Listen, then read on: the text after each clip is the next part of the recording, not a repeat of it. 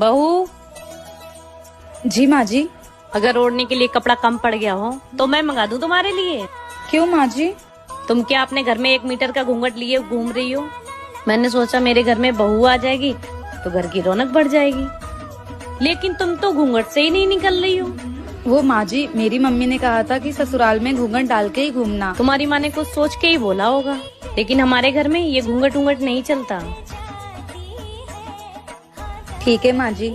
अब मैं चांद जैसी बहू लेके आई हूँ तो मैं पूरे घर में चमकता हुआ देखना चाहती हूँ। माँ जी, मैंने सोचा था मेरी सास बहुत खड़ूस होगी, पर आप तो मेरी माँ से भी प्यारी हो। चल जा अपना काम कर।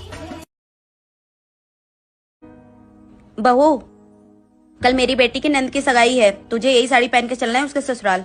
माँ जी, मेरे पास तो बहुत सारी साड़ियाँ है ना, मैं उनमें से कोई पहन लूंगी ना। पर माँ जी, ये साड़ी बहुत भारी है, ये मैं नहीं संभाल पाऊंगी। मैं एक काम करती हूँ, मेरे पास जो साड़ी है मैं वही पहन लेती हूँ, इसे आप रख लीजिए। हाँ, मुझे पता है कि तेरे पास 200 रुपए वाली बहुत सारी साड़ियाँ हैं, लेकिन तू वो सब नहीं पहन कर जाएगी। जितना बोल रही हूँ उतना सुन, यही साड़ी पहन कर जाएगी हमारे साथ। बहू, तू क्या चाहती है?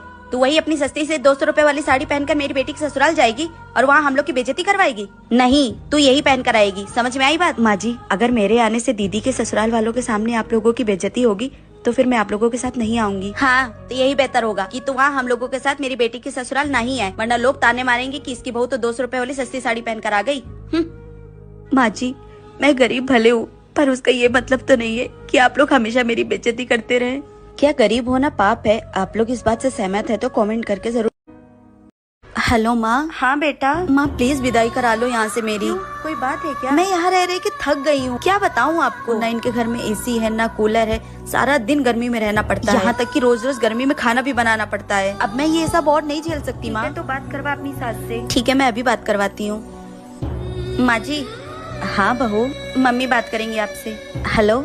हाँ समदन जी, प्रणाम प्रणाम। मेरी बेटी की विदाई कर दीजिए, उसे वहाँ पे सुकून नहीं है। आप लोग गर्मी में उससे खाना बनवाते हैं, ऐसी सास होने से अच्छा है कि मेरी बेटी बिना सास के ही रहे। समदन जी, एक का तरीका है बात करने का और विदाई मांगने का। एक तो आप पूरे 1 साल बाद फोन करके विदाई मांग रही हैं और वो भी इस तरह से। आप बताइए विदाई करेंगी या नहीं? हाँ करूँगी। आप कल अपने बेटे को भेज दीजिएगा और ले जाइएगा यहाँ से। बहू जाओ, जाके पैकिंग कर लो, लेकिन मेरी एक बात हमेशा याद रखना, अपने माँ के संस्कारों से बाहर निकलने की कोशिश करना। ऐसे घर नहीं चलता है बेटा, ऐसे घर टूट। हेलो माँ। हाँ अरे तू फिर से आ गई खर्चा बढ़ाने? भाभी, मैं तो माँ से मिलने आई हूँ। माँ से मिलने आई है ना, तो चुपचाप माँ से मिलकर चली जाना, वरना मुझसे बुरा कोई नहीं होगा। मम्मी, कैसे हो आप? अरे बेटा, तू कब आई? बस मम्मी अभी आई हूँ। तो कुछ दिन रह के जाएगी ना? नहीं माँ, मैं यहाँ नहीं रुक सकती हूँ, ससुराल में बहुत सारे काम है। और आपकी तबीयत कैसी है? बेटा तबीयत तो ठीक है, पर दवाई लाने के पैसे नहीं है। मम्मी, मैं आपके लिए पैसे लेकर आई हूँ, ये लो।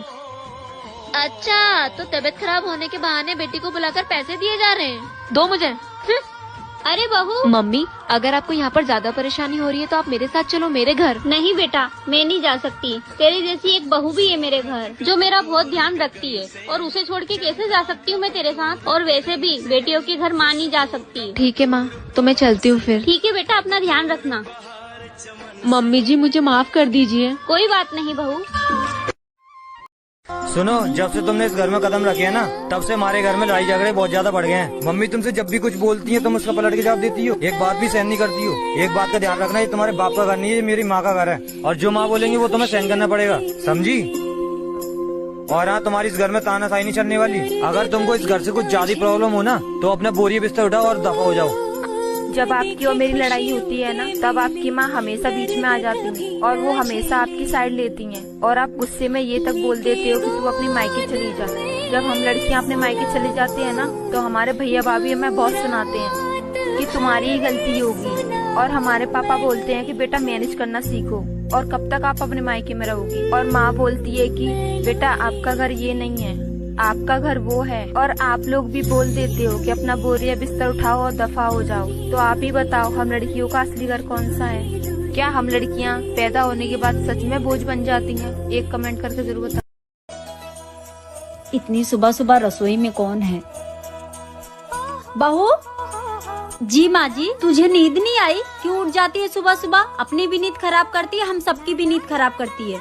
वो दीदी को कॉलेज जाना है ना, तो उनके लिए खाना बना रही हूँ। सुबह 6 बजे उठने की क्या जरूरत है, तू 8 बजे भी उठ के उसके लिए खाना बना सकती है। माँ जी, दीदी के लिए लंच, दीदी बोलती है लंच में मैं घर का ही खाना खाऊंगी, इसलिए मैं उनके लिए खाना बना रही हूँ। अभी इसके बाप ने घर का लंच का खाना खाया है जो ये खाएगी। बड़ी महारानी बन रही है, अभी बताती हूँ इसे।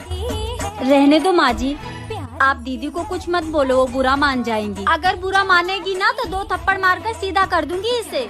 तू रुक जा बहू, मैं अभी इसे सीधा करती हूँ। और तू क्यों डर रही है, तुझे डरा कर रखती है क्या ये? नहीं माँ जी, अगर कुछ बोलेगी तो मुझे बताना, उससे डरने की जरूरत नहीं है तुझे, ननद है वो तेरी। जी माँ जी। बहू तू जाके रेस्ट कर, इसके लिए टिफिन मैं बना दूंगी, जा।